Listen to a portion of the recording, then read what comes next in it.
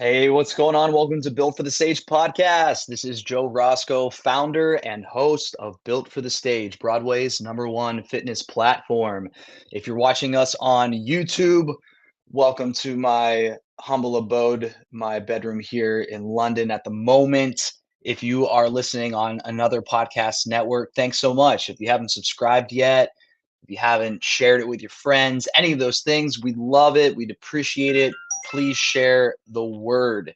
As far as sharing the word, if you screenshot this episode and put it on your IG story and tag us, then we will randomly select one of you to get some new Built for the Stage swag that says Built for This across the chest. We're going to be gifting it to our guest here as well. So you can sport it with, I'm going to give it away, but with Mike. I'm sure you've already read the captions. You know who's on this episode. But our guest is Mike Baerga, and he was first seen on Broadway in Miss Saigon. He then tackled the huge undertaking of being one of the King's Company in the ensemble of King Kong. He was recently in Bad Cinderella, and now he is in a new musical on Broadway that's heading our way called The Heart of Rock and Roll. Please welcome to the podcast, Mike Baerga. Hey. Hi, Mike. What's going on? Thanks so much for joining us. Of course. What's up, buddy? Like we said before we hit record, been trying to line this up for a second, so glad that we get to chat. Let's hop in with something fun. I like to call it the BFTS hot seat. It sounds intimidating, but really it's just an opportunity for me to ask you silly questions. Is that cool? Yeah, let's do it. All right, cool. So put on our little hot seat icon here if you're watching on our YouTube, while Mike is bearing a awful snowstorm in New York today. Just coming down. You're hibernating over there, right? Literally in my room. All right, so put on some music here. All right. You didn't know what you were getting into. You had no idea. Okay.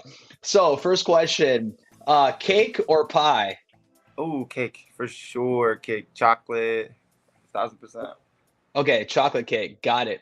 If you were granted a wish where you could have dinner with any three people that are living, past, maybe they're even fictional, maybe they're a cartoon character, who knows? Who are those three people that you would want to invite to dinner?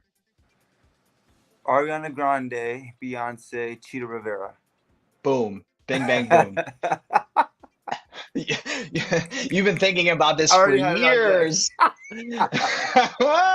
Okay, wait. Give me a couple of details as to maybe why. Why were those just like boom, boom, boom? I mean, Cheetah's an icon. She's just like one of the first, Puerto Rican superstars out there, and really set the stage for all of us. Ariana Grande, come on. I mean, she's just incredible. Yeah. And Beyonce, from Houston, so it's like it's a done deal. There you She just came out with those 2 country songs. She's about to change the face of country. I think she's like 1 and 2 right now on country charts. So whoa! I heard she released new songs, but I didn't know their country. Yeah. Right after this, I'm definitely gonna take a listen. Okay, next question. Girl. Next question. It's in the same regards to music. If you are having like a gloomy day, or perhaps it's snowing and you need some good vibes, what's like one of your go-to songs that no matter what brings the good vibes? Oh man, that's it. Probably anything Dua Lipa. There you go. Yes, She's love the me one. some Dua Lipa. I love it. 1,000%.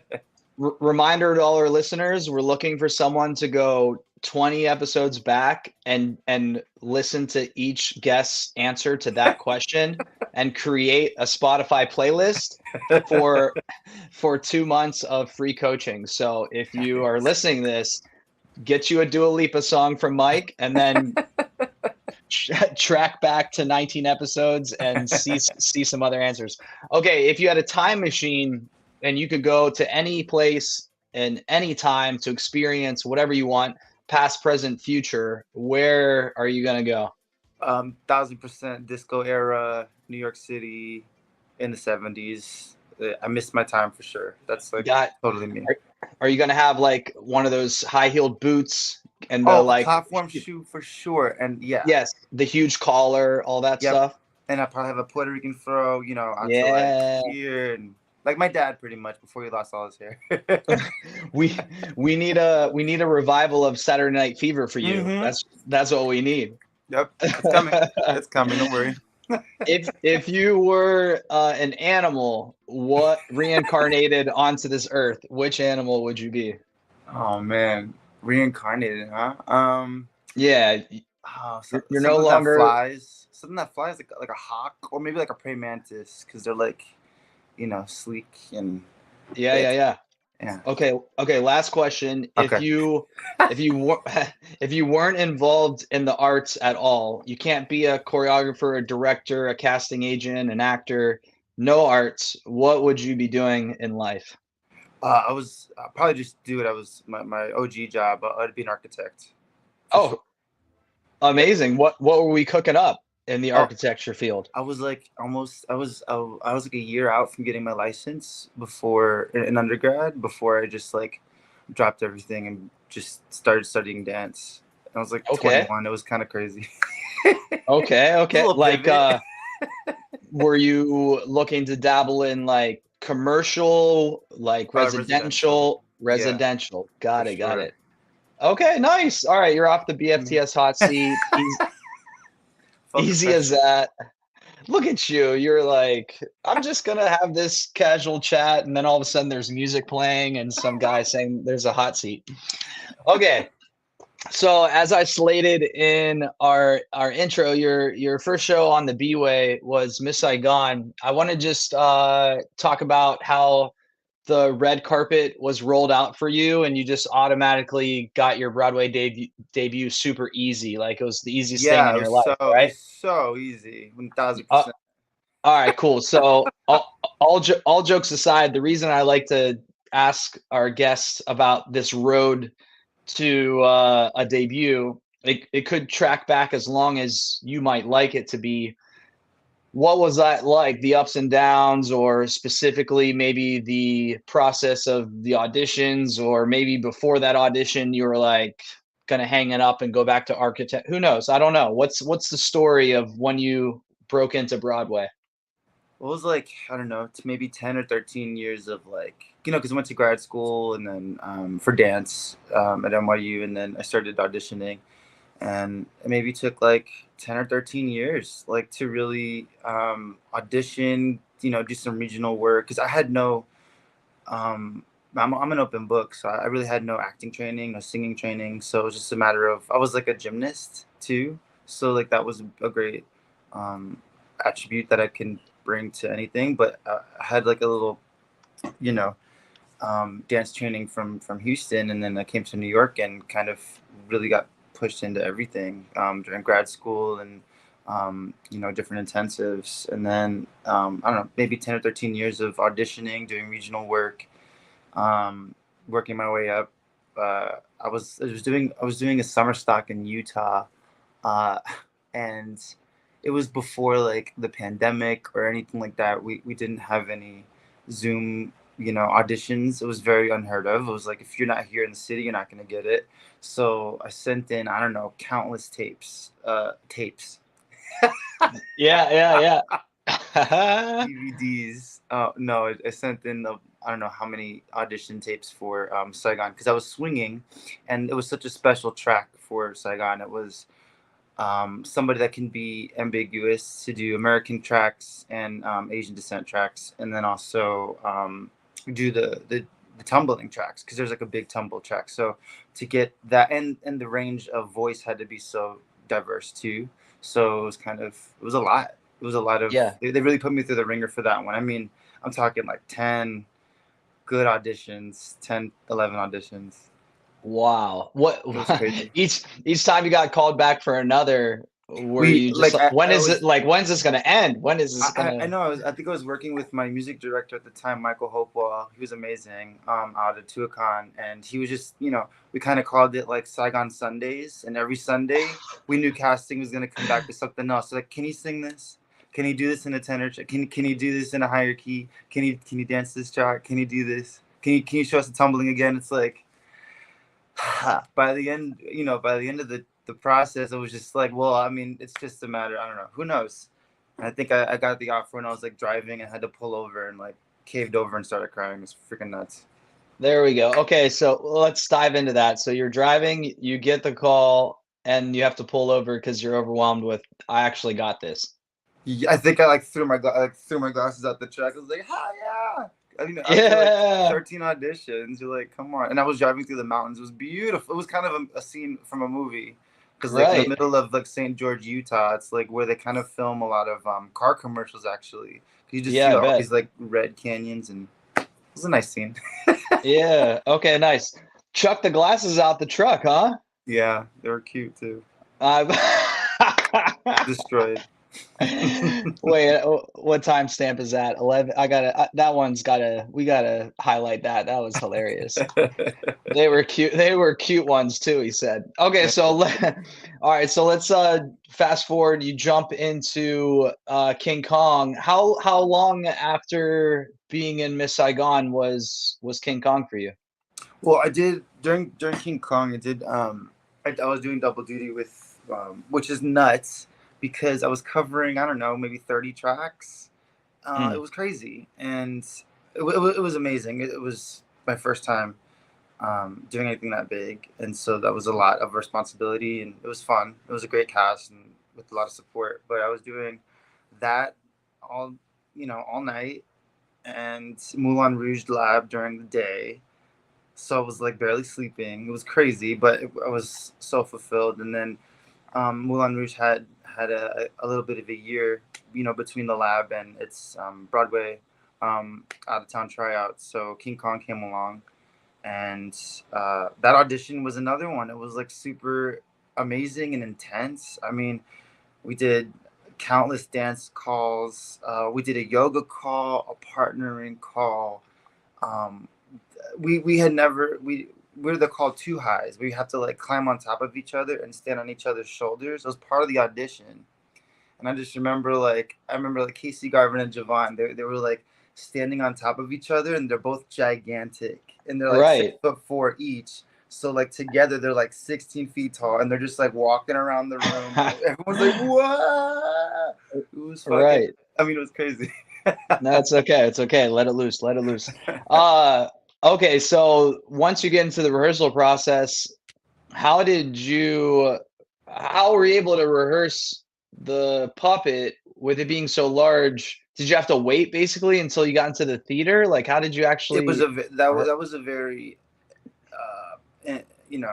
special experience. The puppet's 2,000 pounds. It's freaking nuts. It was huge, and um, it was so important that us as a cast we had two different casts, but we were one company. But we had the King's Company, who was just on the puppet, and we would come out and dance in some production numbers, and then we had the more singer dancer cover company of like the ensemble. I mean, we were all the ensemble, but we just had two specialties, I guess. And Yeah. while they're doing music and doing, the dance numbers, they would leave holes in most of the numbers. And then the King's Company would be at the theater. Like from day one, we were at the Broadway Theater Oh, rehearsing okay. with the puppet on hand, because it was so important that we had we had so much training. I think that's the longest tech I'll ever be a part of. We were teching for like a month while they were rehearsing the show for a month, and then we came together, like the last 2 or 3 weeks, and put everything together, and it was a lot. And then we had these in Hmm. ears, so while we're on set, or it felt like a movie. While we're on set, while we're on stage,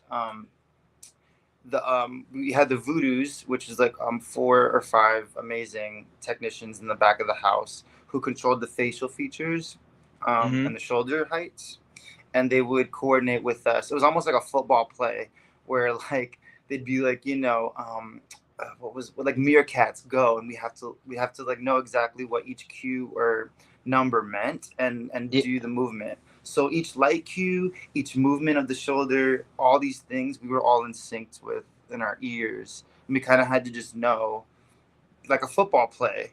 It's yeah, like, yeah. blue 42 go, or however it goes, and Yeah, we yeah, just do it. that's yeah. It was Yeah, nuts. whatever they're saying, you would have to connect that quote unquote play that you were going to run Yeah. to what they were doing. Yeah. Wow. What was that was a unique experience where you're kind of describing that half the cast was rehearsing one place and you all were rehearsing another. What was that like once you got to be put together consistently as one cast? Was that like, oh, nice to meet you? Like what was that kind of like? Yeah. Well, we kept we the singer dancer kind of cast were always in, and like we were rehearsing at New 42. I think we would jump back and forth. So like we'd do like 4 days of the theater, and then maybe like 3 days. So we kind of like were familiar with each other, but it was Yeah. always like a show and tell. Yeah, When we yeah, got yeah. together, it was like, oh, this is what you've been working on. Where do I stand? What do I Yeah. do? Okay, very cool. And then Okay. we didn't have the puppet when we are doing the run through, so we kind of had to like mimic, how we were gonna make the puppet move. So that was kind of Yeah. cool. Awesome. Well, I love the show. I saw it twice. The Yeah, man. second time I saw it was to see Jen Noble go on. She's As incredible, Yeah, and and she's gonna be in Heart. oh, that's right. I gotta reach out. Such a Yeah, nice person, right? Such a great human. she's the best. Yeah, And yeah, that she's the voice. best. Oh my god. Yeah, yeah, for sure. All right, let's hop to the next lily pad of your Broadway career here to Bad Cinderella. This one was not too long ago. This was like what, circa 2022 to 3, or when was Yeah, it? we started like December 20, like right in between Christmas and New Year's of 22. And we Yeah. opened last year in March. Okay, so when you enter this show that was once in London and then came over to the States, what were your expectations going into it, or what was the buzz, or yeah, what was that all about? I mean, definitely excited just to work with Andrew. And I had worked with Lawrence Connor during Miss Saigon, so I was super excited, and wanted to see like what changes were going to be made, or um, what it was going to be like. We had such a great cast. We had a lot of debuts. It was amazing. It was beautiful, and everybody was so Yeah, talented. awesome. Was that run of the show any different for you than any of the shows you had done in the past, or yeah, what was that experience like? I felt a lot more. Come Maybe on, come on, come No, I on. think maybe I felt the most in my body, where I wasn't like doing any stunts. I wasn't Yeah. tumbling. I wasn't on a monkey. I wasn't or a gorilla. I wasn't swinging. I felt the most calm. I think. In Yeah, Bad Cinderella. Oh look, there it yeah. is. It Yeah, I felt saw it. it felt more relaxed for me for the for Yeah, the run. It was really chill, and everybody was really sweet, so it was good. okay, amazing. So your cast seemed to have been like super tight knit as far as just the camaraderie. Yeah. Especially Sarah Meals, a great friend of mine. Love she's a hoot, right? She's a hoot. I met Sarah Meal. I think, or she'll tell you, and I don't know where this is going, but it's so hilarious. I think we met. I don't know, 2000. I don't know, 15 or 16. Doing a Broadway tryout of Can Can at Paper Mill, and I just remember her. I don't know what she did, but I think she she was like, I'm like, see this girl, and she's like wackadoodling around, and they had to do this can number while the boys were like showing off their skills, and she's doing aerials and back handsprings and splits, and then she's like, hey, like squealing and stuff. I was like, I have to be Uh-huh. your friend, and we've been friends R- ever since. She's amazing. right? She's such a force as far as her energy goes when she enters the room. That's for sure. Totally, totally. That's for sure. Hard to miss. So, uh, how did you? I want to dive in. I got to dive into it. I mentioned it before the recording. Like, Yeah. how did you feel about some of the flack that the show is getting from the gen, whatever gen they are. I don't know, the younger kids. Gen, are they Z? No, they're before that. I think the kids actually were. We got a good response from them. It was kind of like more of I think a mature crowd that was kind of having a little difference of opinion. Actually, Uh-huh. I love that everything's just popping up in context. So our stage manager got us this. Dumpster fire. Yeah. So like show and tell. They one of the article names I think was that it's like uh, a dumpster fire. Yeah. So I'm on Broadway. So I think we just kind of owned it. And Sarah actually choreographed one of our Broadway Cares Equity Fights AIDS numbers, and we just made fun of it. We didn't give a heck. We didn't care. That's We were having a awesome. blast, and it was supposed to be fun and champagne and bubbly. And our intention, and I think what we set out to do is be an audience of bubbles and champagne for an audience that wants to come out and have a great time and hear a good story, and Yeah. and Lynette And brought it every night, and the whole cast was just electric. It was just so much fun. yeah, Lynette's, speaking of forces, she's amazing. And that's Incredible. yeah, and when I saw the show, that's exactly what I experienced. I was like, "Oh, that was like a lighthearted, fun night at the theater."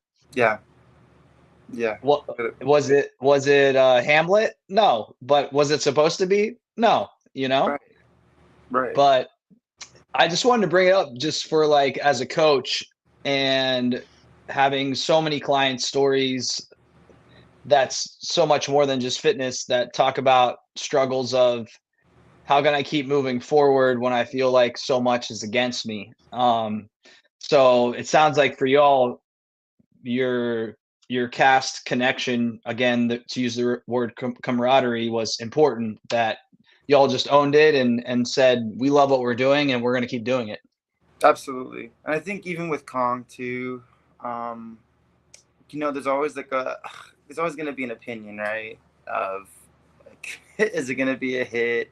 And it's in the same vein. The reason why I don't really read reviews, you show up, everyone's doing their best, and it's so much more than just a show. Like you got to think about how many jobs are putting their all into this. How many investors are, you know, bringing all of what they have into this. It's more than you. It's more than one reporter or one, viewer. You have to think about the audience member that's actually there to see you and support that beauty. Yeah.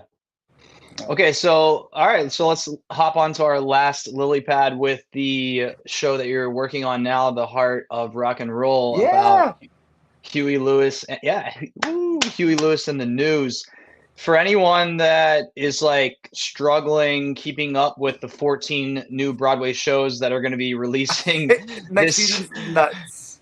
right, this next season, for anyone struggling to keep it all together, give us just like a little mini insight on what the heart, no pun intended, what the heart of this show is, and why this story is special in regards to why people need to show up to the theater to see it. We just got the script yesterday. Literally, Perfect timing. I know, right? We start rehearsals Friday. I don't want to give it away. I don't want to give too much away, but it's really, about breaking free, about a guy that's, that really wants to connect with his real dream and his love of music over what he might have to do, in the corporate world. It's gonna be glammed out in the 80s. Go if you check out our social at Heart of Rock and Roll Broadway, you'll see that the hair is high. Okay, there's a lot of hairspray. We're jazzercising. We're hitting the club. We're having a great time. It's gonna be a good time. It's for anybody that wants to have fun, and feel good when you come to the theater. Obviously, the music's going to be different, but this is from the hairspray and all the things you just said, is this going to give us like wedding singer vibes a little bit sometimes? I don't know. Maybe you have to come check it out. When is your official opening? We open. April, Yeah, April, April 22nd. Yeah. April 22nd. Okay. And what out of the script or the people you know that are in it or the audition process, Yeah. what's something that you're looking forward to that you think would either be new to an experience you haven't had, or maybe something you can, relive as far as past rehearsal or performance experiences that you just love to get down with? Yeah, I mean, this is my first, the two Broadway jukebox musicals. So I really just can't wait to like jam the hell out, man, and like Yeah. live in these Huey Lewis songs. Like this is my generation. Hmm. I'm a 80s baby, so like it's really like what I was raised on. So I think I can speak for like majority of the cast. Everybody's like hard rock and roll fan and very much into Huey Lewis. So we're gonna have a really good time. Yeah, yeah. And someone's calling you right now I to know, right? to Alexa, they're- stop. It's actually my alarm. time to get up. Oh Is no, it I'm actually about to go to I have to go teach downtown at Broadway Dance Center. amazing? Oh, you get a weather forecast too. I know she's ready to go. Thank you, My, Alexa. She's the best. I'm surprised that it didn't say you're welcome. Sometimes, they'll I respond know. sometimes with that. It's okay. My Alexa in being in London right now is a Brit, so she speaks to me in her London accent. Uh, okay, wait. So cool. Let's dive in. Like, how long you been teaching? You said at BDC that you're at Yeah, I teach at teaching. Steps and Broadway Dance Center. Oh, okay. So both of the Titans in New York. Yeah. How long have you been teaching? It's like my third or fourth year, but I've been teaching for over 10, 15 years.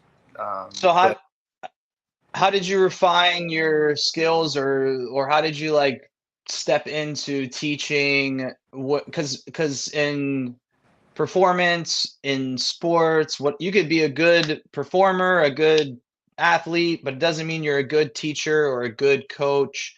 yeah, How did you kind of find your own as a dance teacher, aside from the performance part? Because it's a whole different entity, totally. I'm also a choreographer. We just actually wrapped an HBO show. We won a Glam Award last year. It's pretty cool. Hey, On HBO Max, we're streaming. We're here. Go check it out. It's okay, really we're fun. here. Okay, It's amazing. It's pretty much Queer Eye for the Straight Guy, but with drag queens, with Eureka, yeah, Bob, and Shanji, and sure, let's go. it's incredible. We changed the world. Drag changes the world. It's amazing. But Hey, congratulations. thanks. We had a great time. Recording it. I think choreography in NYU while I was training and really, I always call it catching up, but we're always catching up, right? While I was at Mm, NYU, I really fell in love with choreography, and I've been choreographing ever since I left college. So it's been great. amazing. Okay, so it's just kind of like it's in you. Oh yeah, You've been doing it for so long now that it's just evolved with your evolution as a human, basically. It's I just think so, and I grown with think you. I think always there's always the the connection or like the next step of like, okay, once you're done performing, maybe you move on to direction or choreography. It's always hard to kind of sell yourself as a creative and a performer at the same time simultaneously, but I think it's so important, especially as a teacher with Broadway Dance Center and Steps. It's so easy for one to just be doing the creative side, but it's interesting to take from somebody that's actually experiencing the climate, um, in present time. Like I can literally go from an audition and go to a class and be like, y'all, that was hard, honey. Like I know how you feel. Yeah, yeah, I can really, relate, and I think make it more accessible. And same with Sarah. Like she's one as well. That's an amazing teacher. It's so much nicer when you can really get that firsthand experience in real time from your teacher. yeah, And yeah. yeah, Absolutely. It's one thing to just teach you something from a book, and it's one thing to teach something from your actual life. It's a whole different Absolutely. ballgame. Absolutely. Okay, so last question, so we can get you Yeah. to your dance class coming up, as promised. It's a tough question, or maybe it's an easy question for you. Maybe you'll be like, boom, I Okay. know it. But I like to ask the question again for so many clients that speak to me about the ups and downs of the career and how it affects life and so on and so forth. What's a quote or an experience you've had in life, or maybe a discussion you had with a particular someone that anchors you to this day, that when things are rough in this ever so complicated and difficult career, that keeps you grounded in the midst of that storm? So again, could be a quote, could be an experience, or could be someone's words that Hmm. still kind of like burn inside of you. Oh, man, that's wow. Probably just, I think, well, especially as Latino in the industry, I think I don't know if it's necessarily a quote, but I think you know, as a POC in the industry, like whenever there there's always been like one slot, right? There's like the ethnic Mm, slot. There's you know, the um, the idea that there's only room for one or some of us when there's y- actually so much room for everybody. And I think when you can really bring whatever you have to the project, there's room for everybody, and it's more about like knowing who you are. So maybe that's what it is. It's like knowing who you are and what you bring to the table, and yeah. allowing there to be space for everybody and creating space for more people. And I think that's super important to bear in mind, because Yeah. yeah. Do you almost sometimes, whether it's an audition or whether it's you've booked a show and you're in the rehearsal room, do you carry your ethnicity with you in terms of like you're not just representing yourself, but representing your particular culture and Yeah, who you wish to be included more and more? all the time. And I think what I'm within industry has is definitely evolving. I think we come from it's so easy in art, I think, and in theater, and when you're auditioning all the time and proving yourself all the time, for it to be a very competitive type of atmosphere. But when you really come down to thinking about it, it has nothing to do with you. You take the personal away, you kind of start rooting for everybody. And I think that's Mm, what we're starting to get to, hopefully, and what I would like to keep pushing towards is like rooting for other people. All we have is each other. So when you're in the room fighting for that slot, what good does it do for you to to be competitive or overly shady? It's we're all in there as a family. Like I love. I think I went to an audition the other day, and it was a Latin call, and it was a party. It wasn't a competition. It was like a family reunion, and I mm, just want to create more spaces like that. I hope that we just can continue to uplift and root for each other, because at the end of the day, we're all what we have, we're all yeah. we have. So yeah. Beautiful. Great way to end the conversation. I appreciate it. Thanks so much for being on the podcast, Mike. Thanks, man. Good to see you, Joe. Everyone that's not watching on YouTube, if you want to hop on and watch it on YouTube and see Mike's dumpster fire sticker on his water bottle, or or see the snowstorm behind him, you're more than welcome to hop on to the YouTube Built for the Stage. Make sure on Instagram you follow at Mike Baerga. That'll be in the description of this episode as well. Once you're on Mike's Instagram and you give a follow, check out the Heart and Rock and Rolls page. April 22nd, be in the seats. If you live in New York, be there. If you don't live in New York, buy your plane ticket and I we'll think actually tomorrow too, if you we're doing a giveaway at the box office, I think the first 50 people at the box office tomorrow at 12:30 get an invite to meet Huey Lewis. He's going to be there at the theater tomorrow, and okay. we're giving away tickets just for Valentine's Day, which is tomorrow, for $19.85 for 1985. So You can get Look tickets at for those 1985. marketers. Look, who's those? What's that marketing team? They need a raise over there. All right, I'm gonna grab that information off you after this and post it up to our Instagram today, so that people tomorrow can, maybe get a shot at meeting Huey Lewis and getting that $19.85 ticket. Let's go. Come on down. Come on down. All right, Mike. Thanks so much.